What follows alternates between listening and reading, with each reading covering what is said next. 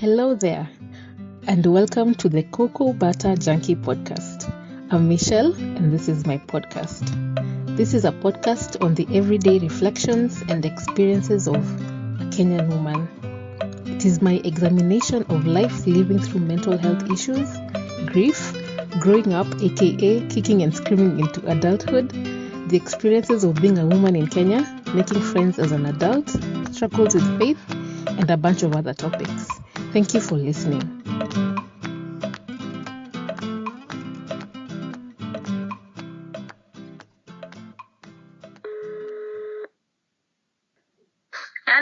Hello, hi. Hey, how you doing? I'm good. Sasa, Niko poa. how was your day? It was long, but it was nice. Okay. And you? Yeah, mi niko tu. Mm-hmm. Niko tu kwa nyumba. I'm doing okay now. Yeah, that's good. Yeah. At least you took some time. Yeah. But I'm sorry to hear that. It happens. Lakini usually I just know it will pass. So, Oh. yeah. Is there like anything that triggers it? Sometimes yes, sometimes no. Oh, it just happens. And like this time, nothing happened. Oh. You just wake up funky. And it doesn't matter what you do. Uko tu. Yeah. Yeah. It's like a constant cloud. Yes. Oh, no. But I'm glad you're good now. Yeah, I'm okay. At least you know the telltale signs and stuff. And at least nowadays, I haikai for long. There's a time I would go for months. Oh, no. Yeah. Yeah. What? But now what do you do to like get out of it? Sometimes there are things I can do. Sometimes there's nothing I can do. So if I can exercise or read a book I like, do something I like to do, sometimes it will get me out of it. Yeah. Ama I talk to someone like my therapist. I tell her. Yeah. I don't know. Sometimes there's nothing I can do, even if I talk about it, even if I'm like, I don't know, outside or whatever. Yeah. Yeah, but it passes eventually. Okay. And then what helps is my mindset. Yeah. Nowadays, at least I know I'm not like completely, the thing that bothers me is the hopelessness. Yes. So at least nowadays I know Peter. So Yeah. it's good to be aware. Yeah, so that you know, this is just a period I'm going through and it's gonna be fine. Oh, okay. And you? Me, Your week, how has been your week? This, what is it called? Like mid-July, mpaka today, has been, I call it a season of growth.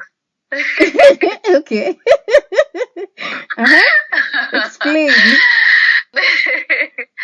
So, cause I know I'm very, what is it called, sensitive. Things affect me and the way I am. Sometimes I go out of my way for other people, you know. And then sometimes it backfires because you don't get the same enthusiasm when it comes to you and whatever. So I've been doing that for a long time continuously, for other people continuously. Have you ever reached a place where you feel like you're almost like a bottle and then you're like on empty? Yes, kabisa. And you have no idea how to refill it. And you just can't anymore. Like there's nothing left, kabisa. Yeah, like I can't give anything anymore, you know. Yeah, like even receiving a call or listening to someone like you would have listened to, you feel like you really can't. Like if you do that, like sasa imeisha, like empty now, you stop. Yeah. So what's been happening? The past maybe let's say 6 years. We moved to, I call it Rai, but it's Utawala. So we moved to Utawala from Buru. At that time, I used to work in Thika. So when we came this side, the church that was there, we didn't know it was a Catholic church. That's the first Catholic church in Meshayona ya Mabati. So we didn't know it was, but we went there.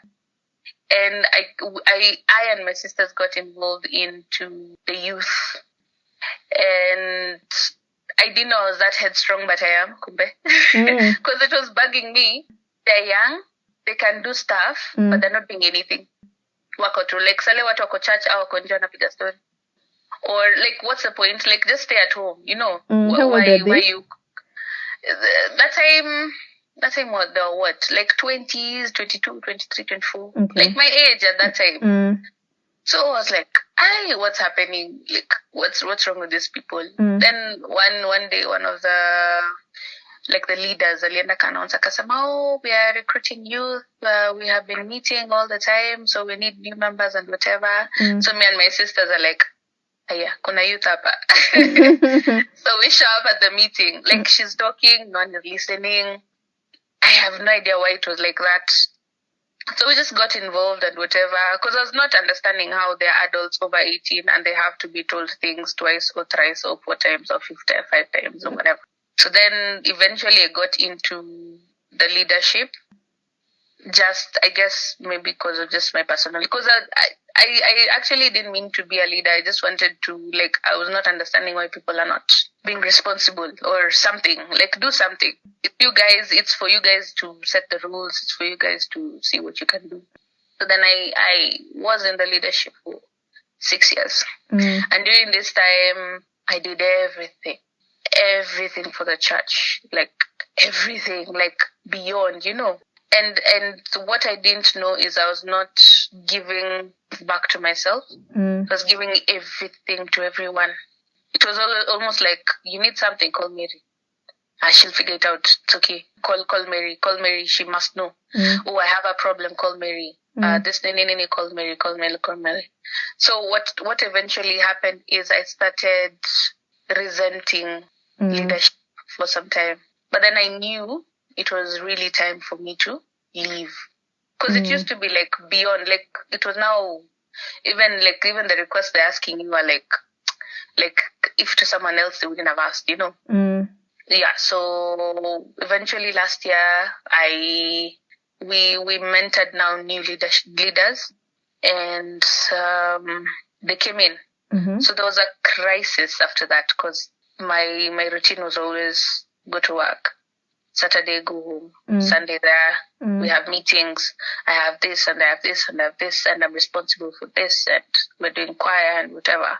But it was a crisis because now I'm no longer the leader. I don't know how to act like a normal church member and whatever. Like you can't see something going wrong and you just umeka tu hapo. No, see now I had to, but in my head I'm thinking like it was almost like an identity crisis. Like who am I? Was I only a leader? I get you. Yeah, like who am I without the leadership? Am I able to sustain it? Am I able to? I don't know. Like for some time I was really lost. I was super lost. Yeah, like I didn't understand that I was really, really, really lost. But what helped is I took it one day at a time, and at the same time I was in orchestra, I was in whatever. So those used to fill the days, and then sometimes I just used to sit and figure it out. And at the same time, work. Something happened at work. So I'm a QS, so I'm the one who certifies payments to contractors. So one of these contractors was not very happy. Someone had told him, payment yako hujalipa because Mary ndio anakalia. I have no idea why. So this guy got his older brother and they came to my office and they closed the door. Yeah, okay. Yes. And then this guy, the younger brother, was like, this is the lady now pointing at me. This is the lady who has been impeding what. We bring payments here. She's not even doing so. He takes the paper and then he throws it at me. And then he says, today we're going to go to the MD. It's either we are paid today or you're fired today. And they proceeded to shout and shout and shout. So what really hurt me is I'm always there for my colleagues. I'm always there for other people and whatever. My office, at some point, the door went ajar kidogo. But someone I thought would be like my friend, like have my back and stuff. Because me, I have their backs. Alichungulia and proceeded to walk away. Hiya. He didn't even ask whether I'm okay or not. And these people were busy shouting, yeah? And I was super scared because he looked like now they were gonna get, someone akishachukua kitu anaanza kurusha anasema huyu nini. Now they're shouting and people can hear because it's not at your private office. Like kuna watu kwa corridor kuna nini, but he looked at me and walked away. So it took me having to call an older colleague. And then I wasn't talking because I wasn't calling ati akiwa au watu wakiona. It was just you dial like in your pocket or on your desk, but they don't know what you're doing. So all this time, were you able to like get in one word or something to like try and explain? Ama they just came in and they were just wanted to fight. No, yeah, they wanted to fight, and I guess I was shocked that they had such audacity. So I was kind of frozen what to do. But in my head, I was thinking, okay, fine, let him rant, and then it'll end, he'll leave. But they were not leaving. So then it got now very uncomfortable, and now it's like, hey, these people are getting dangerous because now it's escalating, yeah? So now when I call my colleague, so when I didn't talk, he could hear people shouting, and I'm not talking. So he kept saying, Mary, Mary. So then he came to my office. Then he found the guys. Now, the minute this guys saw an older colleague who's a man, they calmed down. And then when they calmed down, the older brother apparently had worked with my older colleague somewhere. So he's like, oh, engineer. They're like, oh, okay. What's happening? Now we are here. You know, this payment has nini. So they're trying to explain and shouting. And now, of course, now it's my fault at that point. So this older colleague thought, is like, okay, fine. You can shout at her, but when you're shouting at her here, she won't help you. Sindio? See, we go to her boss. You know, trying to get them out of the office because now they were not leaving and they were not doing anything. Because now just trying to convince them, please leave. Let's go with you. She can't help you. So when they went to the office, he tells them, okay, sit at the waiting area. Let me go and explain it to the general manager. So when he goes in, he's like, so when he closes the door, he's like, general manager, your staff is being threatened and you guys are sitting here and something could have happened to her. So you guys, are you serious? You know, like, so now general manager didn't know because they had passed through his office and he had told them, we'll communicate. So he got really angry and chased them away. And then he came back and he told me, lock the door. But now during that locking of the door, I sat down and I was shaking. I didn't realize it had affected me that much. So when we were leaving, he's like, okay, I'm leaving. Do you want me to walk you to your car? So it's like, okay. I'm like, yeah. So when we shook her downstairs, we see the guys. They had not left. I was like, shit. So we ran and we went around like that, whatever. But it was an altercation. My thing was, fine, he was very angry and whatever. My thing is, I'm always there for everyone. Why couldn't someone be there for me?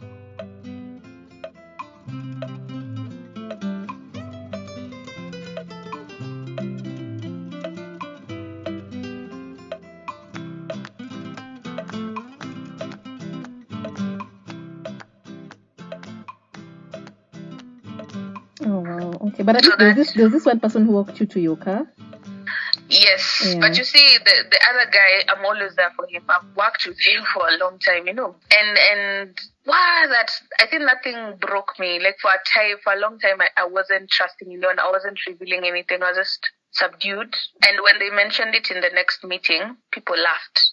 Oh, wow. Okay. I know I felt so alone. Yeah. And then combining with this other thing and as in, what am I even doing here? You know, like, me, I was ready to like, maybe I need to quit. Maybe it's not worth the struggle. Maybe it's not Nini. And I couldn't mention it to my parents because I was thinking then now they'll be like, you know, we were not there for her or something like that. Like it was complex what I was thinking in my head. So have you found yourself another time? Because I'm thinking this wouldn't be the first or second time. You found yourself like just giving and giving and giving. Yes. A lot. But now I'm setting boundaries. I'm getting okay with saying no. It's hard. It's not very easy because I'm used to being the nice person. The non-controversial child. Oh, yes. Yeah. You're the first one, right? Yes, I am. I get you. The non-controversial child. Keep going. Yes, I'm non-controversial, very safe, very dependable. Yeah, like you, scandal. Yes, Mary. What are those? How? You know. And I think at some point it just bugged me when I told you I saw a counselor during Campo. So like earlier life, yeah, perfect. Moiji, yeah, you pass your exams. you go to uni, you do this super tough course. So me, I was fine. The first year, second year, I was fine. That year, I don't know what happened. I didn't realize it was happening to me. I got a new roommate, and she moved in like in December. We were supposed to come back in Jan. So apparently she moved in with dishes and she didn't wash them or something like that. So the cockroaches in Jan. Oh, wow. I didn't used to fear cockroaches. Now, there's a time I sat on my bed. I think I was after class and I was tired. I was waiting for another afternoon class. And I sat on my bed and I said, okay, let me sleep kidogo. And then you can feel like, you feel like unataka ku scratch your head or something like that. Do you know cockroaches were on my head? Cockroaches, not even like one cockroach, cockroaches. Oh my God. I think that one flipped a switch or something. Oh my God. And then they were walking on my fingers. And then I was like, what is this? You know, like, I think it flipped something. Because now I stopped noticing that my room is not neat.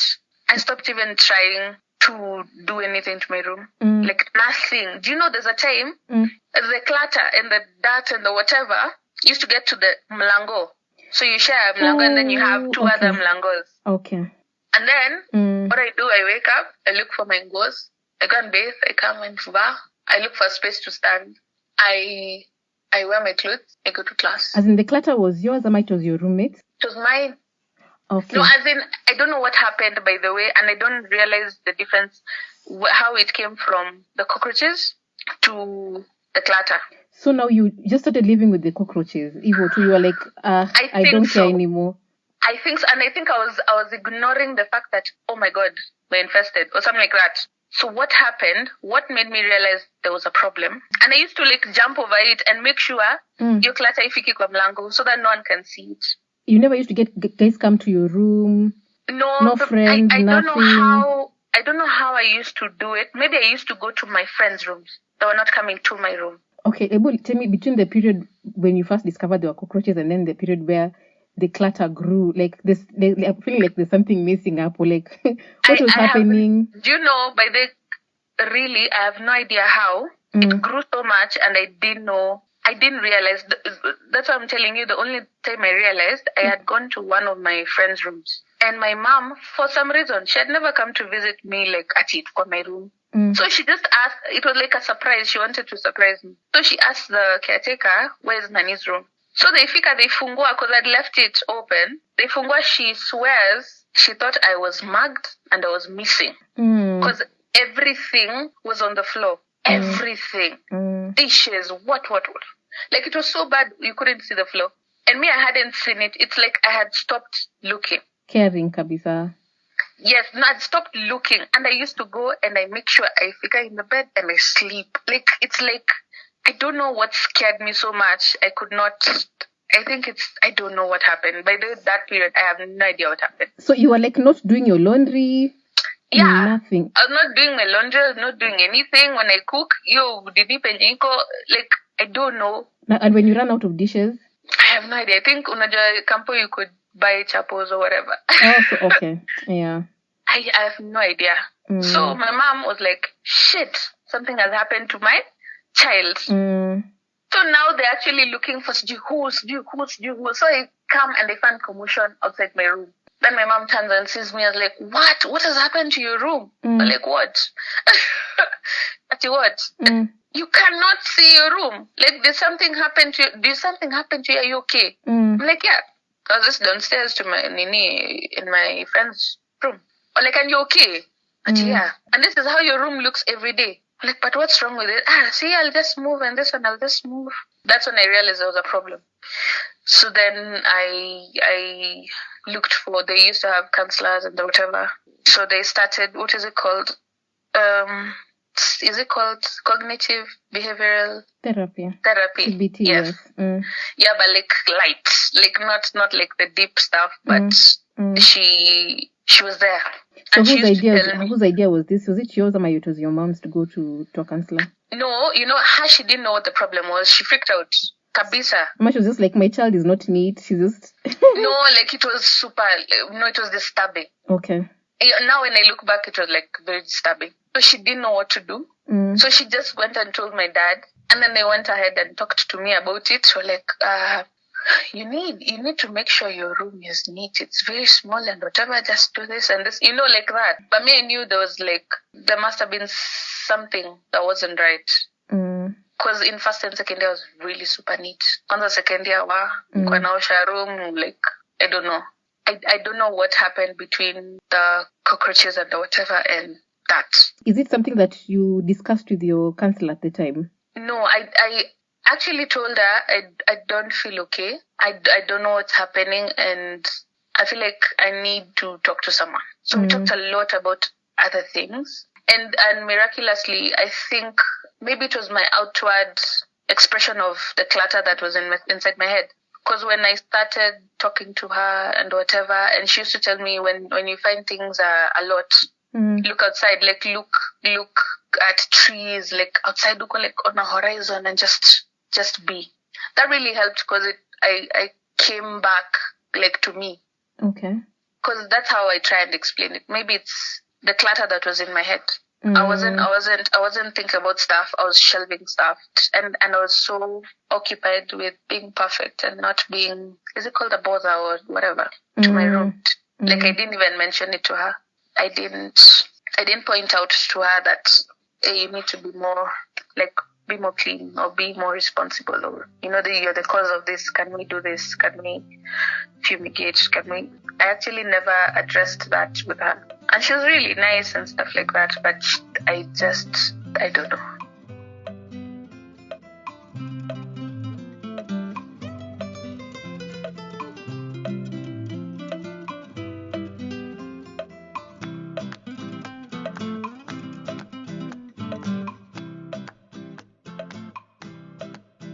And that's something up to today. If I find like things are on the floor and whatever, I actually take time to like not meditate, like just think what could be happening, what is it that could be disturbing me and whatever. But once I figure it out, I'm able to like make my space neat, make my things good and whatever.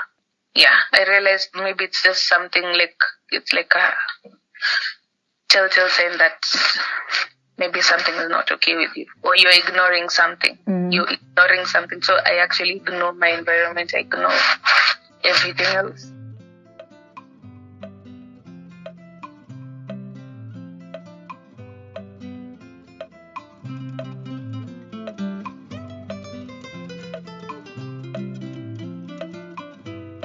Yeah, but since that day, like every time my mom's like, are you okay? Are you nini? So she tells my sisters, angalieni back yako poa. Like,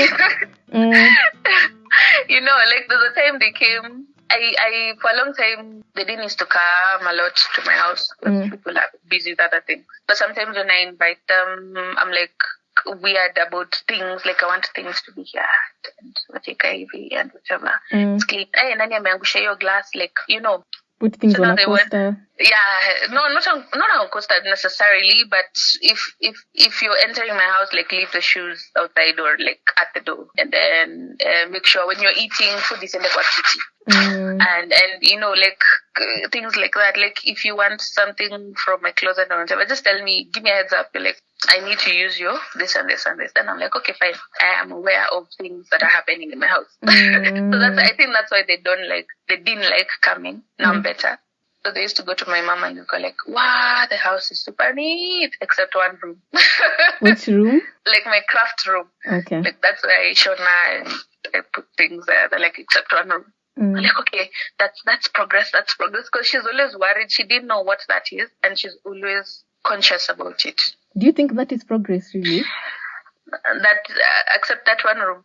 No, as in like the house is neat and now that seems like progress on the outside. I don't see it as progress, do you? It's not progress? No. Why would you say that? I'm feeling now like you've developed another like nini condition. Oh no. I hope not. Yeah, because yeah. But it could be just your way of dealing. I'm not a doctor, but I don't know, from the way I'm hearing, yeah, it could be just your way of dealing because you don't want to go back there. So now you want to take control of everything. Yeah, I don't know. Have you been to therapy after Campo? Now after Campo, complicated. Okay. So now. In fourth year, see, I told you I was the perfect student, perfect model child, I think. Yeah. So my supervisor for my thesis, for some reason, was transferred to another university. So then we was sent to another supervisor. So they gave us a deadline. She wasn't very involved in the process. Not at your feedback or whatever. So she just said, you finish, submit, and whatever.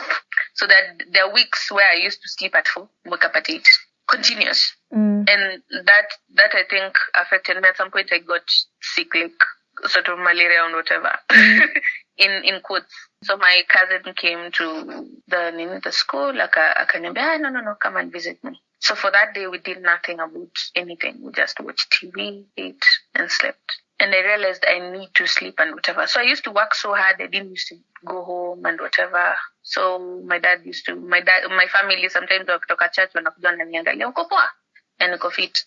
Sawa. So they go. So I finished my thesis, submitted. Now, I don't know if it was that confusion or the fact that we didn't have feedback or something. At graduation, the dean used to like me. So the dean is like, Mary, you're here. Of course, we pass. Kwani iko nini? We go and see the results. I failed.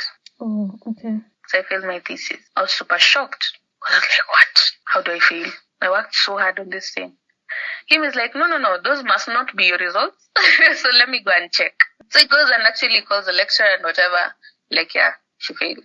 So how do you come from being a perfect child to being someone who's failed? So the first person, because I'm a daddy's girl, first one I called is my dad. So I'm trying to explain that I don't understand why they're saying I failed, but it seems this is what has happened. And his reaction is, I think, almost like stabbed me in my heart. Like, what? I don't believe that. No, you must not have worked hard enough. I was like, wow. So I started crying then and there. Like, in the middle of a random street. Well, a passing, one on a cheers, nini. So I was like, so then I'm like, because now I don't want to ruffle feathers by responding. So I namazad. But it really, really, really, really, really hurt me. And it hurt my mom more because, now people need graduations in a month. Yeah. Like what's happening. Yeah. So I called my friend and then we sit on a bench like in the middle of the year and hapo kwa hiyo square library. And then I start telling him the story and I cry so hard. So he's like, I'm just gonna sit here, just cry, it's okay. Then in the middle of my crying, someone calls and is like, there's a job in Thika, you want to take it. I wanted to run away from everything. I was like, yeah. Actually, when can you start? I can start tomorrow. And that time, I don't even know where it is. I've been Nairobi for all this time. I don't even know where Thika is and whatever. But yeah, I will give you the direction and whatever. So I took the job. And at some point, I moved to Thika. And when people are being told congratulations kwa Facebook, I was ignoring. And someone ananicall and I'm graduation in next year. It's like it's normal. What were you feeling at that point? Horrible. I was ashamed. I felt horrible. Like everyone I've been with in school is graduating, except me and my other friend. So now who are being supervised by the same lady. So now when you fail your thesis, you have to redo the whole year. Am I you just redo the thesis? It's the whole year. Oh, okay. No, it's the thesis, but it's a year. Okay. Now the other graduation is next year. But you're ashamed. You actually have no idea why you failed, so you don't know what to correct. So it was a horrible time. Wait, Kwani, you never presented your thesis? No, I did. And then they didn't give you like the nini right there and then? Because me, when I was in Desta, they used to give you the nini apo. No, feedback. You wait for like a month.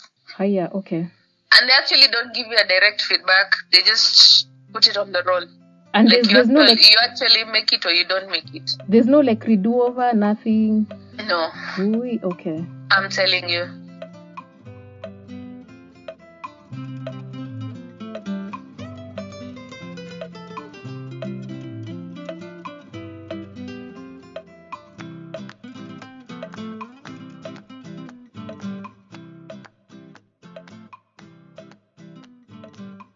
So I'm ashamed, I'm in Thika.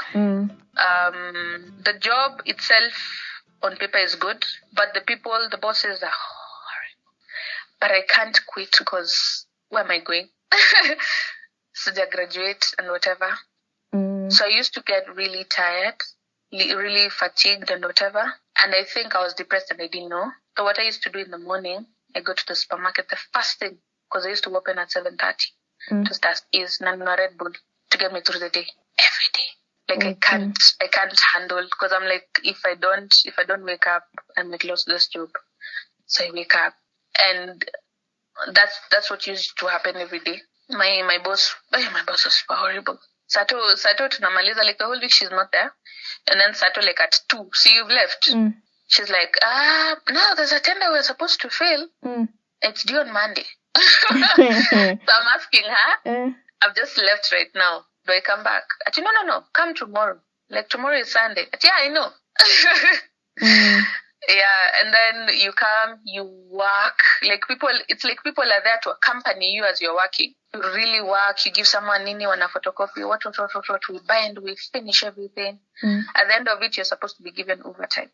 Nisipewi, because at that time, my mom had given me her car to use talent. So, and then and then you see that the problem was now everyone was one tribe and I was a different tribe. Yeah. And they talk in the other tribe. And at some point, I think I had started understanding them. They used to give,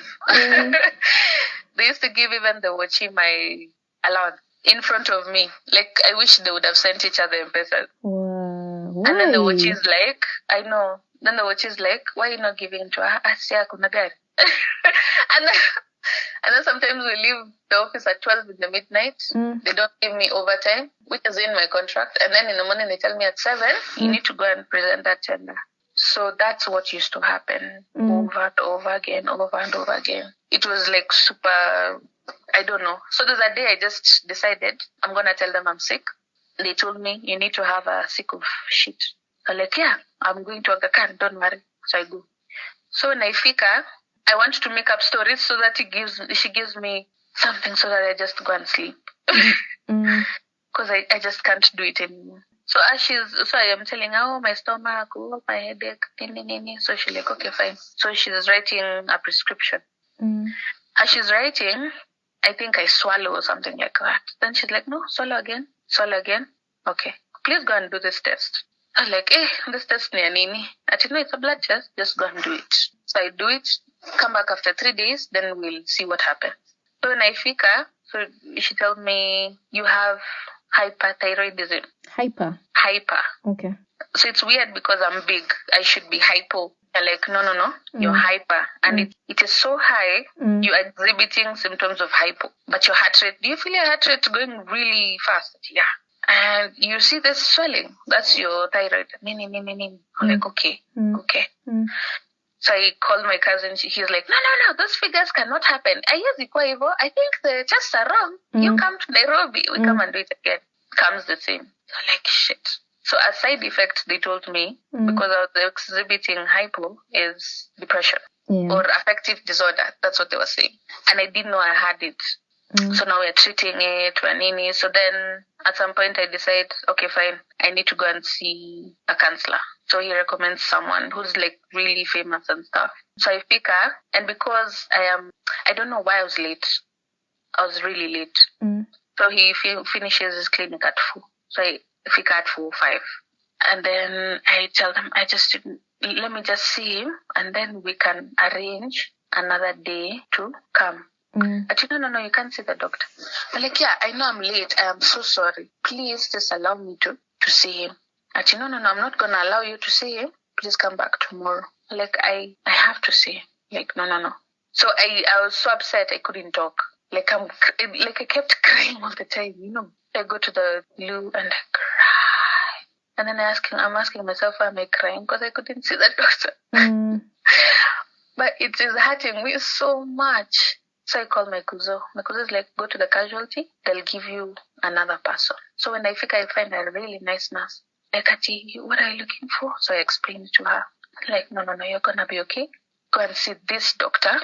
Come tomorrow at like 6 in the morning. this doctor, I know her, she's very good and whatever, please come. I didn't know that was a psychiatrist. So when I explained to her, she's very nice and whatever. So she's like, okay, let's do this. Let's start you on this drug. I'm like, what? Able to? Yeah. I was like, what? But now, clearly, I had been going through a lot, yeah? This was after Thika, way after Thika. So does she tell you what the medication is for? Yeah, she does. It was an antidepressant? She explains. Yes, it was. And she says, do it for 2 weeks, and then we'll see how it goes. I'm like, after 2 weeks, I'll stop. But yeah, do it for 2 weeks. Let's see. Let's see how it goes. I'm like, what do you mean, let's see how it goes? Let's see how it goes. So that's the journey. I think I ended up taking the drugs for 4 years.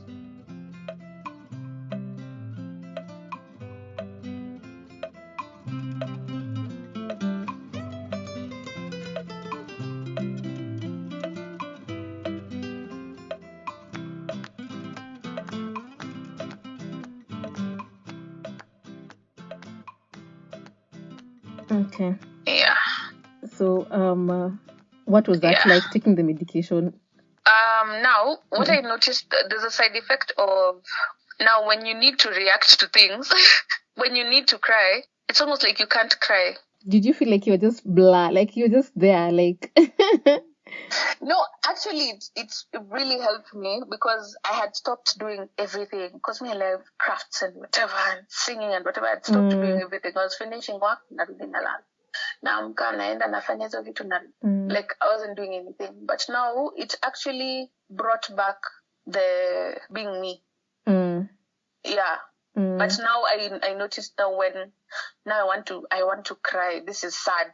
I want to cry. Crying. I'm feeling the pain, but I'm not crying. Yeah. And then, in such inappropriate places, like you're in a funeral, and, that's what I noticed.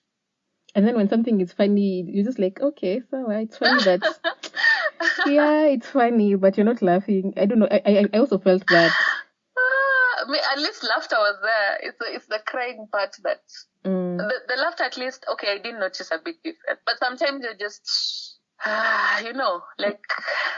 sometimes you need to react a certain way. Yeah, I know the feeling, Kabisa. I know the feeling. For me, it was like, if I wanted to cry, it's like my emotions were stuck. I don't know how else to explain it. Yes.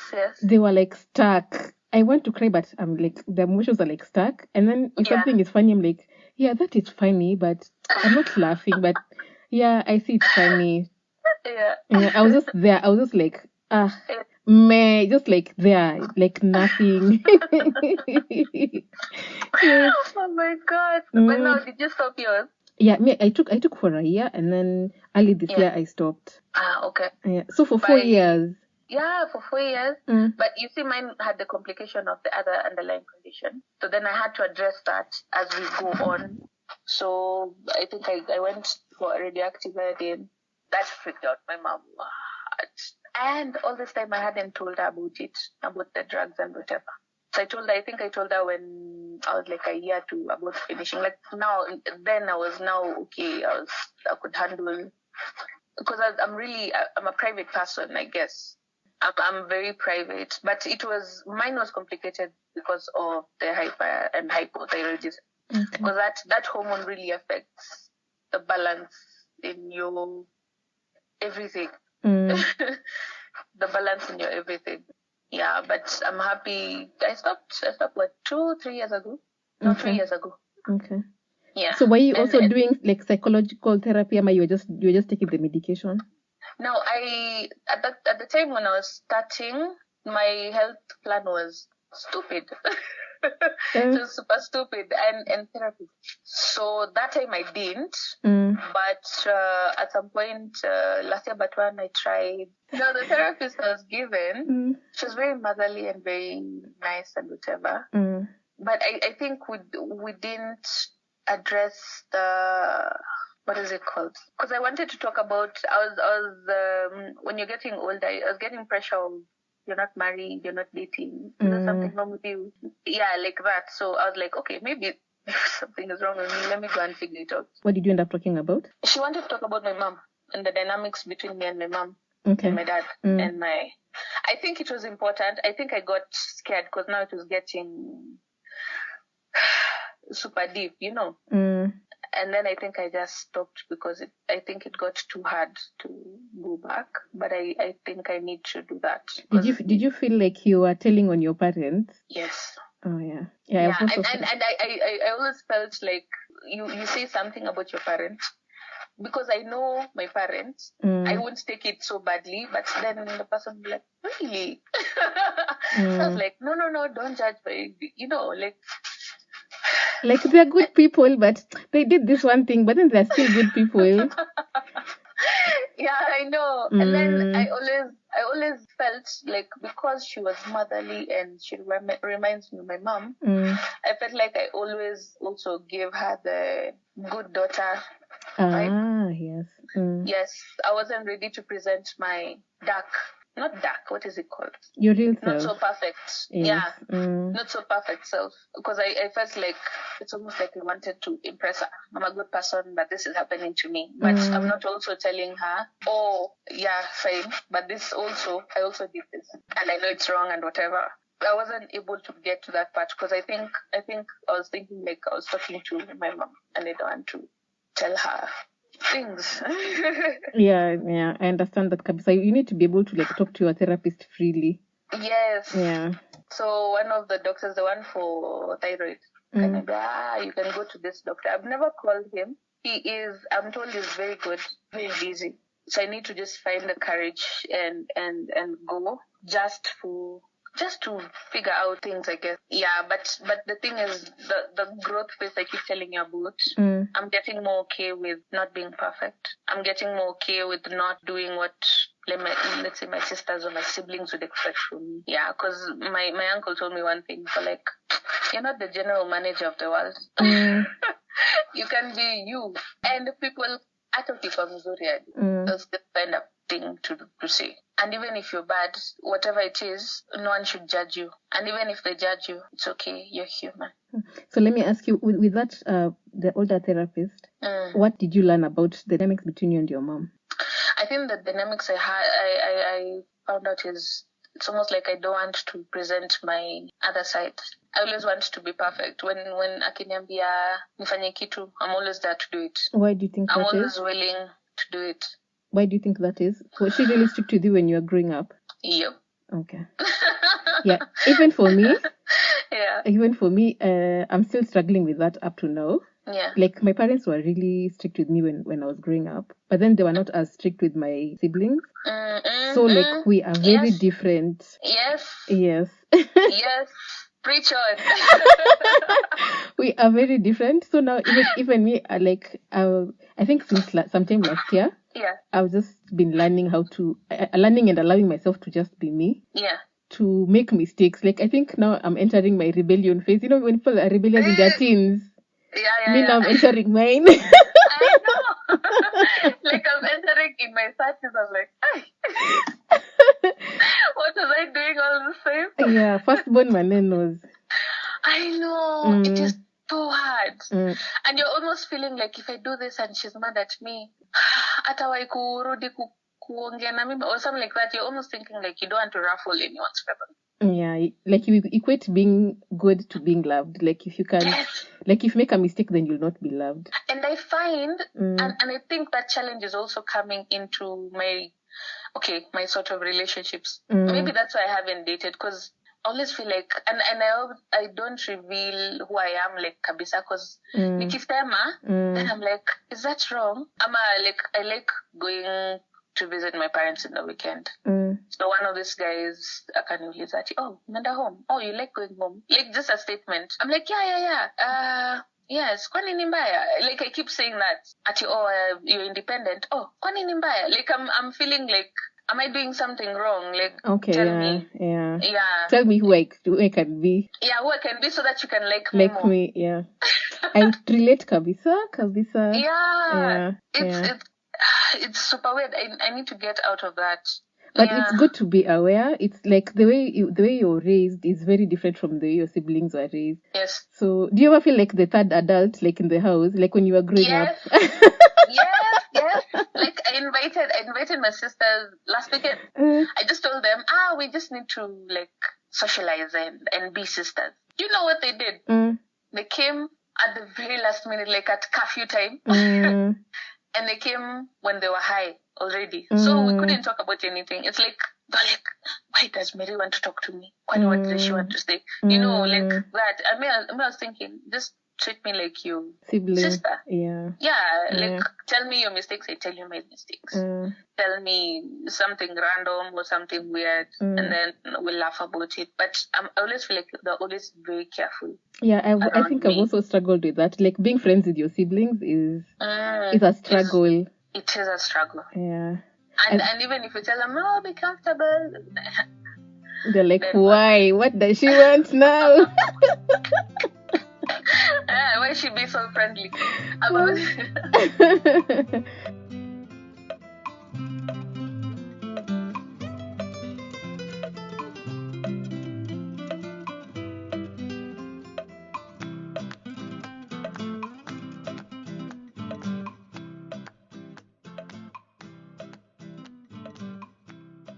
But I still struggle with that thing of needing to be liked by everyone. For example, when I joined orchestra, like there was this particular girl. Everyone else likes me because I'm friendly. But this particular girl, did not like me. She just did not.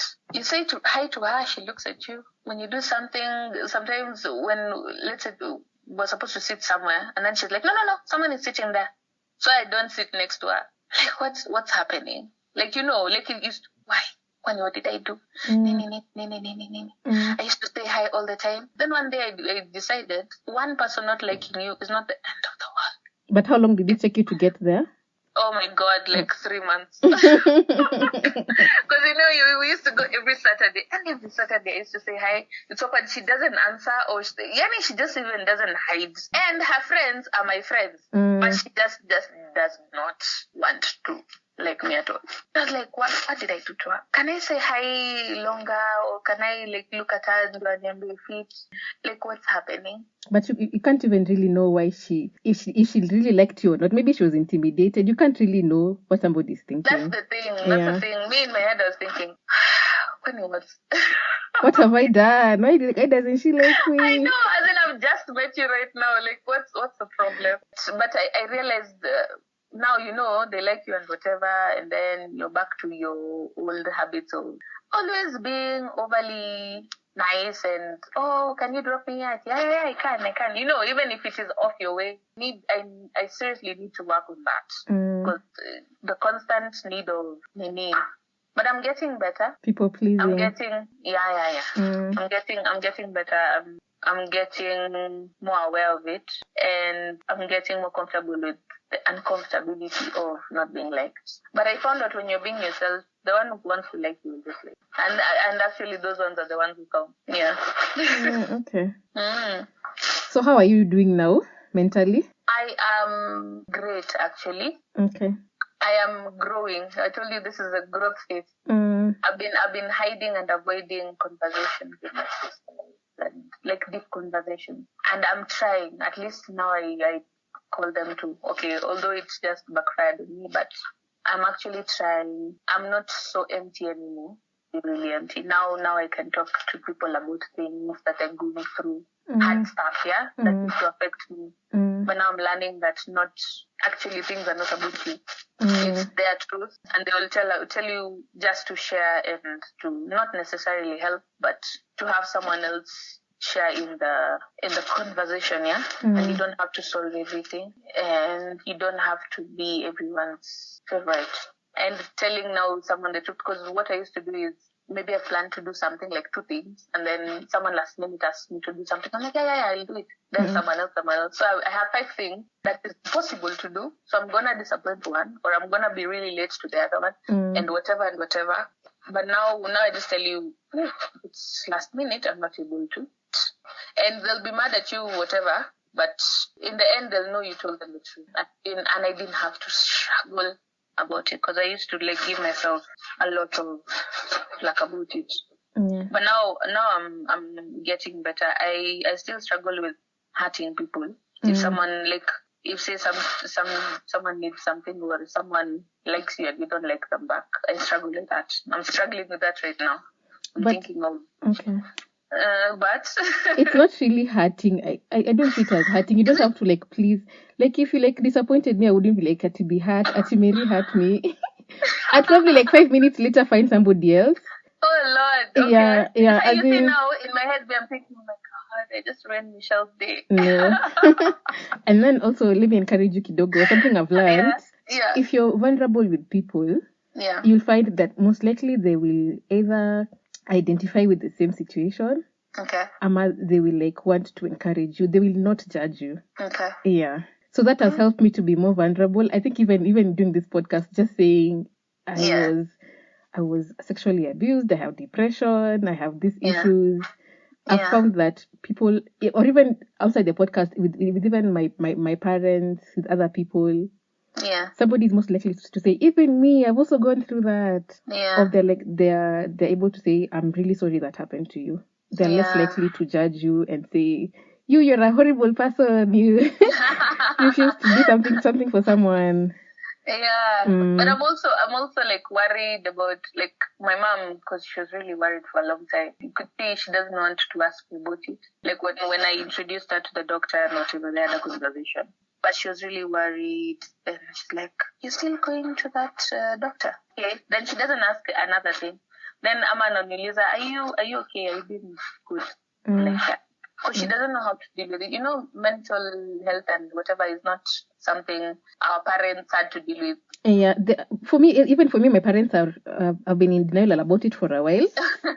It's actually just last week or the other one that I was able to talk to my mom about. Like, she actually told me, how is depression for you? Oh no. But when I was on medication, when I was going to see the doctor, she was always like, oh, naenda kuona daktari leo. Mbona unameza hizi dawa? Mbona una... Yeah. But then I think with time, she's come to accept it. Yeah. She was even asking me questions. So I think parents is just another struggle by itself. Yeah, because I don't know what to ask or not to ask. Like, is it okay for me to do this?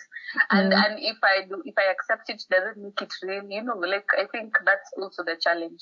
And then I think when it comes to your mental health, you just listen to what your body and your mind are saying.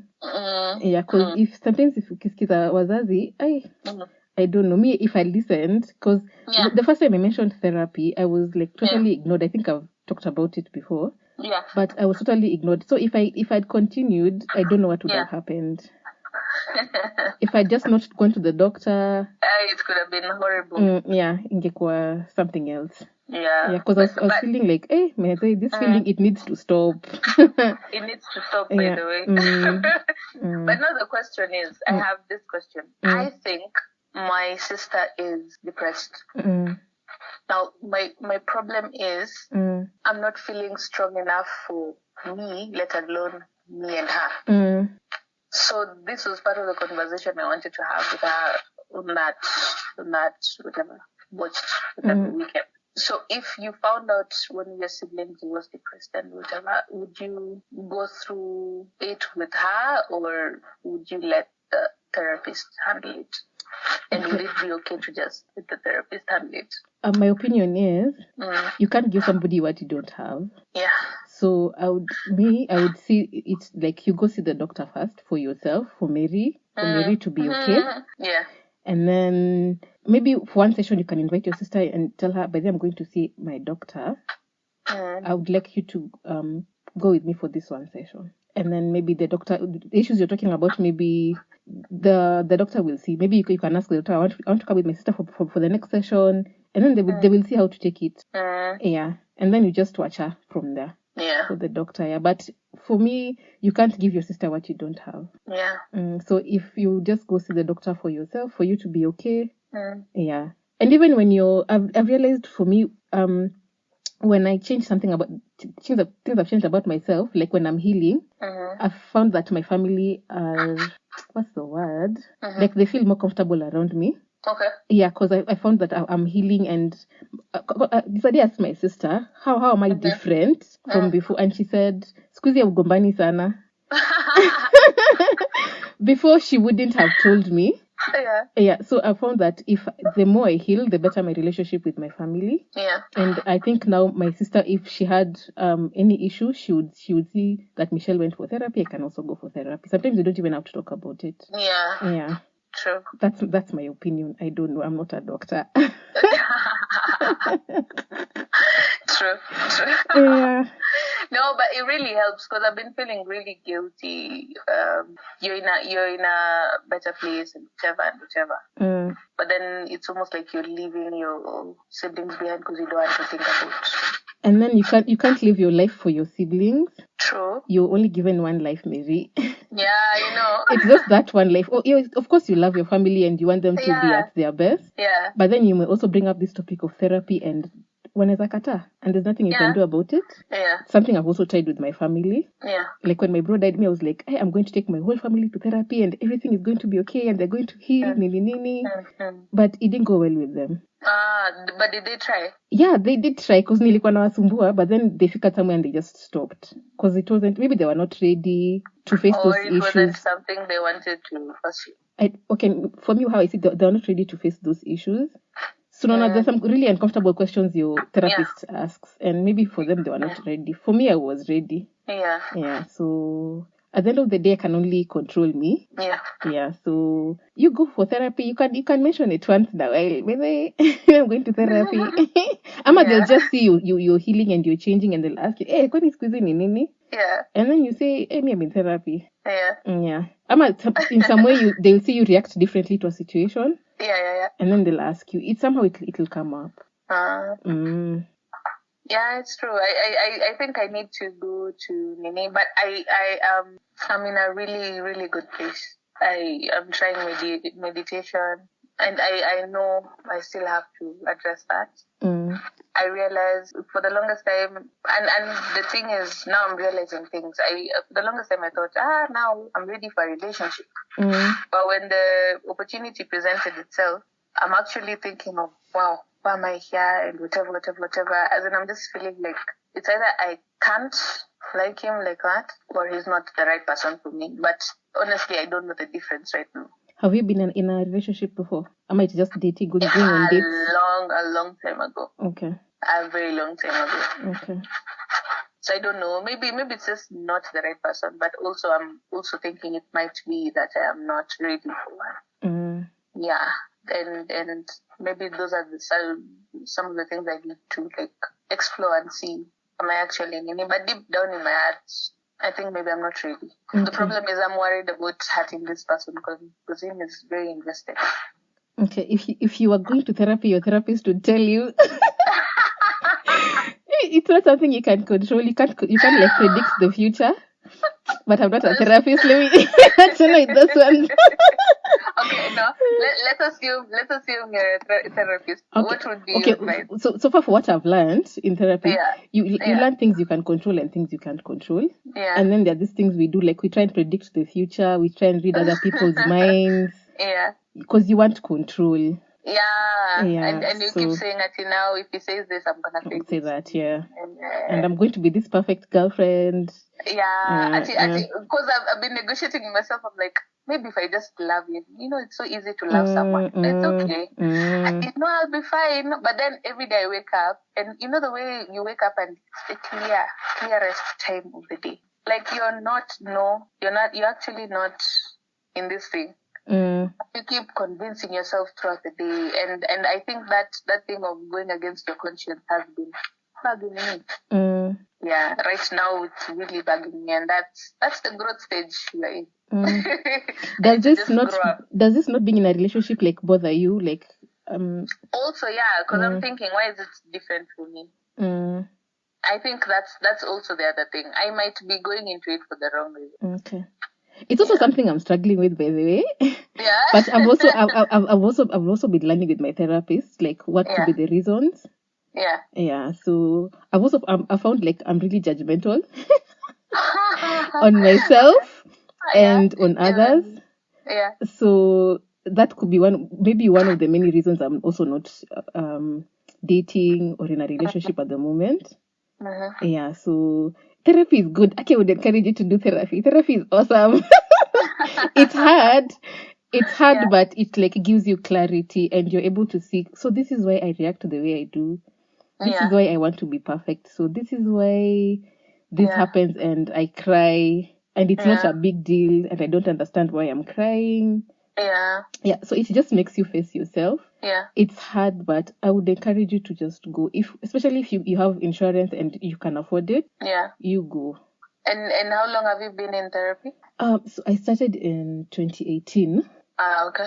I've seen different people, but so far the person I found this year that I really like. I really like her. You've gone to different ones. Yes. Finding the right one. The first one I found was the first person I saw was all about giving me advice, and I was like, Oh yeah. They're not listening to what you're saying. You're not listening to me, because if I tell her I'm struggling with something, they're not really listening. Uh-huh. And then the second one I saw was about giving me solutions.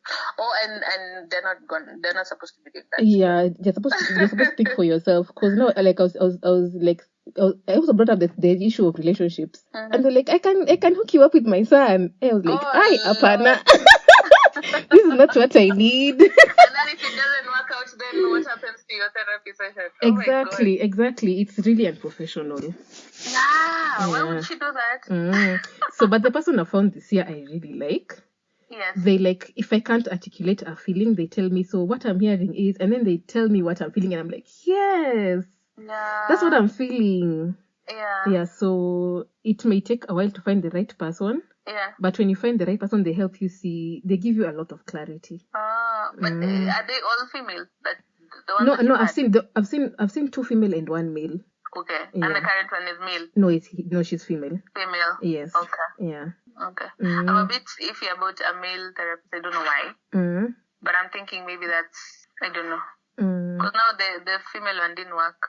I don't think it's really about the agenda. Sometimes you just have to bond. Like this, the way you click with a friend. Yeah. You also click with a therapist. Okay. Yeah. And if you don't click, it's okay too. It's okay. You just quit, but as long as you keep looking for help. For another one, yes. You just keep going. You'll find somebody you will click with. Yeah. Yeah. And especially if they make you look at your real issues. Yeah. Like you don't feel like running away. Like, okay, even if you feel like running away, you want to come back and find out why. That's the person to stick with. The person who doesn't take your BS. Yes. Like this lady who was like, you're giving her the right answers and she was accepting them. They shouldn't like let you get away with it. Yeah. Because I was really like, I could see, the way it's like you're outside your body and you're like, Mary, you're not being yourself. So she's like, and this, and the way you finish someone else's sentences, that's what she'd say. I like, and then I'm like, yeah. So I just accept because I'm like, oh, that's a good answer. Yeah, that's the right answer.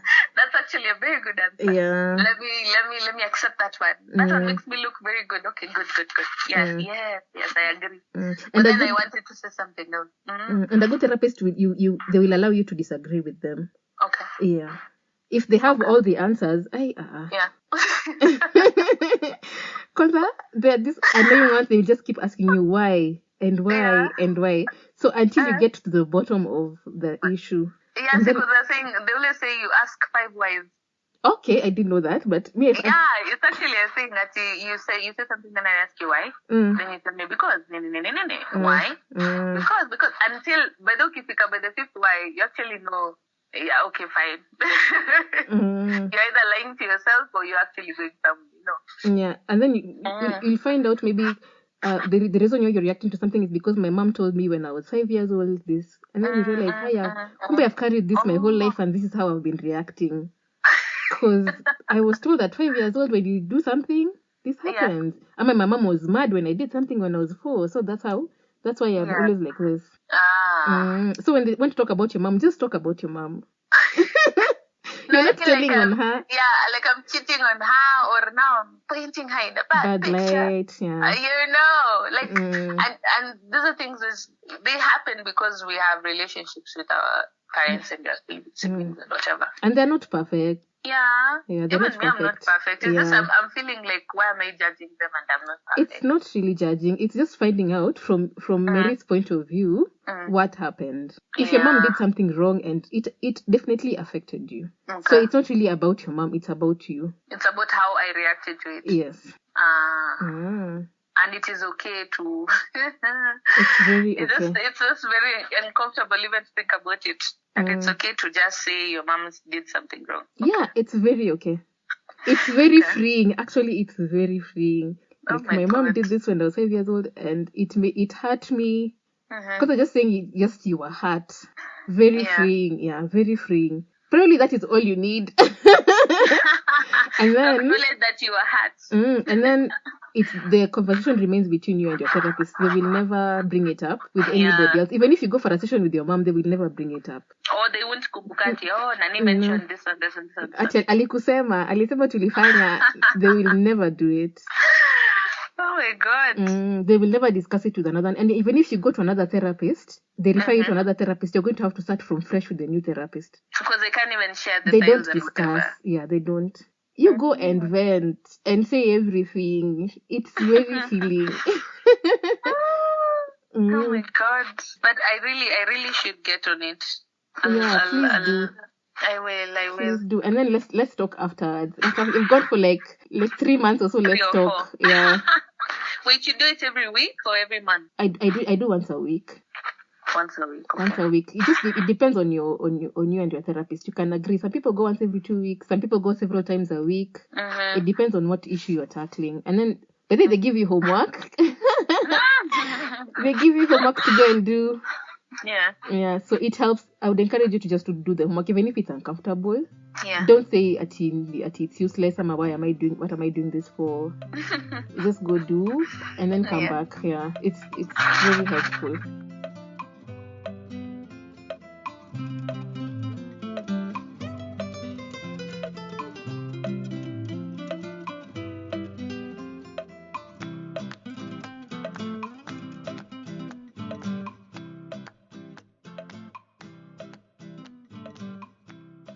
So let's talk about something later. Yeah. Tell me about orchestra. What instruments do you play? How did you get into it? Oh goodness. So I used to be really shy. When I was in Muiji, I really wanted to join the choir. But I was super shy. When people were auditioning, I was like the next person. I didn't even enter. So for the longest time, I really wanted to do music. So when I started working, I was earning and whatever. So the it's called Kenya Conservatoire of Music offers classes for other things. So I went for vocal because I loved to sing, but I didn't have enough confidence to sing in front of anyone. Like outside of me being very alone, and I'm sure that no one in the vicinity can hear what I'm saying. Like it was just bad like that. So I went there and I found a Mzungu teacher. He was on exchange program. So he used to play the piano and then he's like sing. So I'm singing, but the whole time I'm thinking, ama naimba vibaya, ama sijui nini. Like, so inatoka weird. So he's like, just sing. Kwani it's me and you here alone. Just sing. So I try. So we did one performance. I sang, like, my family was super bored because I was singing like a classical piece. That's for opera. Yeah, I could see them. They were super bored. Then, so we continued. Then this teacher was like, for you to get more confidence, I need you to join a choir called Nairobi Music Society. So then I called the lady, another white lady. She's like, oh my God, are you coming? Are you an alto? I'm like, no, I think I am a soprano. I'm like, So I'm like, why? I shouldn't be a soprano. So she's like, it's like the whole of Kenya is a soprano. I'm like, okay, fine. So I get lost, I fika. People know how to read music. I have no idea how to do it. So that day was tough, yeah? So I went that day. So when I was going home, I was living alone. So when I was going home, I sat in my car. And I had tears. I was like, oh my God, what the hell did I get myself into? But on the next Tuesday, I just told myself, let me just show up. Let me just see. And that's the rest is history. So after like 4 years, I met one of the choir members. She's an alto. She's like, I saw you with a violin. You bought it some time ago. I was like, yeah, I bought it. My brother was doing piano, so I was just accompanying him, and I happened to have a violin. I'm like, no, come. There's a prelude orchestra. Like prelude that, for beginners. I think when I started, I just played one note. I was like, I don't know how to play any note. I was like, if you need to just come and sit when people are there, you will play. The next time you will know where to play. And that's how it started. And I got into violin and I played for like a year without a teacher. Then I got a teacher. Then I got interested into playing the cello. And I think I'm really good at the cello, I think, which is weird. I discovered it when I was in my 30s. What? I know, like, it's just weird, but I enjoy it. Yeah. So that's just how I got into it. I'm one of the late comers because people start at like age 5. Even me, music is something I've always wanted to do. I think it's one of those things I should do. You should actually come. What do you want? Which instrument do you want to play? I have no idea. Do you like wind instruments or bow or the guitar or the piano or whatever? Okay, when I was young, I wanted to learn how to play the guitar, so maybe we can start there. Yeah, you can start with the guitar. So at the conservatoire, they have lessons for anything. Okay. Any instrument. Even drums. And then one of those things I was also thinking about, I'm not too old. No, wow. Do you know what encouraged me? We went to that one concert when I was freaking out. I was going to sing that opera thing that people were not listening to. There was an 85-year-old woman who was just learning the piano. Yeah, so I was like, what? Even me, I had that thing. And I used to, like, for the past 2 seasons, I used to feel subconscious because most of the people you're playing with know how to play the violin and the other instruments, and they're significantly younger than you. But then slowly, older and older members started joining. They stopped feeling self-conscious. And someone said, everyone has their own time. And some of them have been playing for, say, 10 years. And you are joining them and you can actually play with them and whatever. So it's like, maybe it was time. I stopped feeling the subconscious thing because even the cello players, most of them are older, which I don't understand. But yes, they are. And I used to be subconscious about because I'm big. So the violin is like a tiny instrument. So I used to feel like but I love my body, I love myself and whatever. So I just accepted it and I moved on. Yeah, it was strange. The first 2 seasons I used to feel like an imposter. So I only know how to play like say Funu. And these people have been playing, they've been taking the craft seriously, and here you want to join their orchestra. And you know no one, because it's such a small industry, everyone knows everyone. And then suddenly you took care. So I just know the one person introduced, I don't know, it was strength. Every week you give yourself strength, you leave the house. You just say, let me just leave, let me go and see. Let me go and see what happened. And now I'm part of it. Okay. Now I'm good. And you're loving it. Oh, I love it. Ooh, Kwanzaa when they introduced the women's orchestra. Mad. I don't know, just like bass. Okay. You guys have just done it. So where can people listen to you?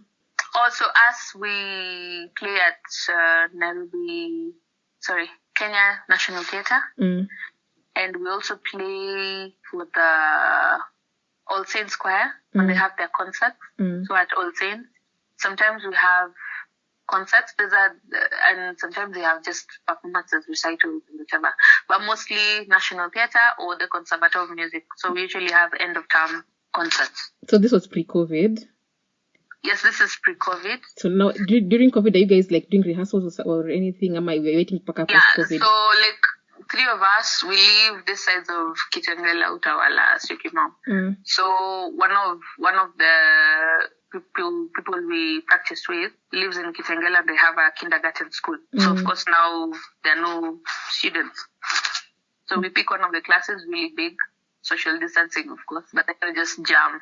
Okay. And we go through pieces and we go through exercises, we go through practice, we teach ourselves.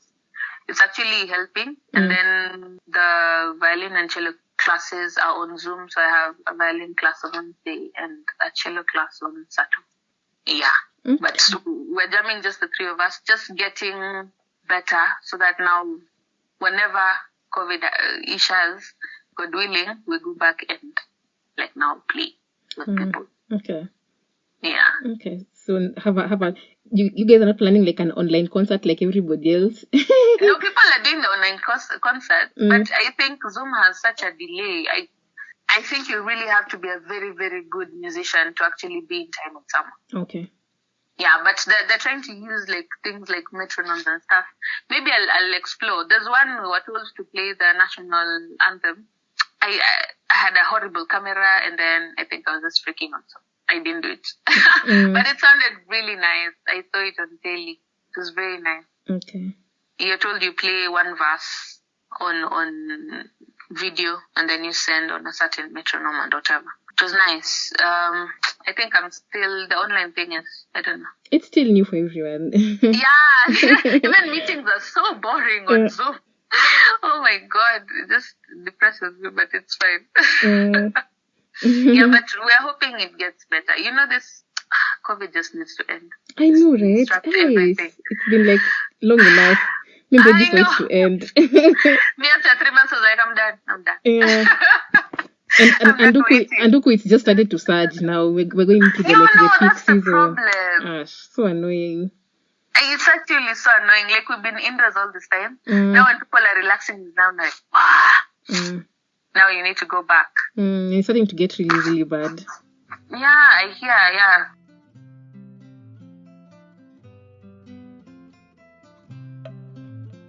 Do you have any recommendations, any book, podcast, YouTube videos, IG for people to listen to that you like? Oh, I like Wahura Kabuza. Okay. Yes. Like, sometimes she goes also deep, like really deep. The other one is what Psych to Go. Psych to Go, okay.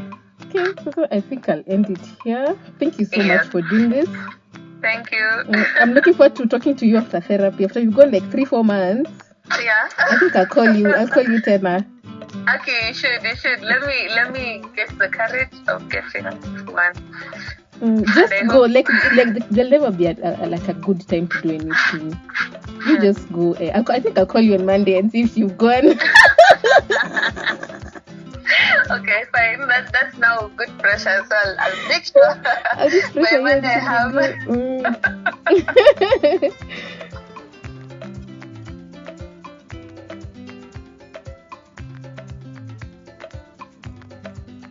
So this week I am loving Home with Rue, Rangi Pop, Island Boy Photography, and Gino Draws It. I will link the Instagram accounts and the show notes. You can check them out. And I'd also love your IG recommendations, so please send them to me on my IG at CocoBatterJunkie. So that was me basically forcing a friend into therapy. I don't know if that is recommended. But thank you for listening. That's the episode, and I will see you on the next one. Bye. Hey, just remembered I didn't tell you I graduated a year later. It was the happiest day of my grandma's and my mom's and my dad's and mine, of course.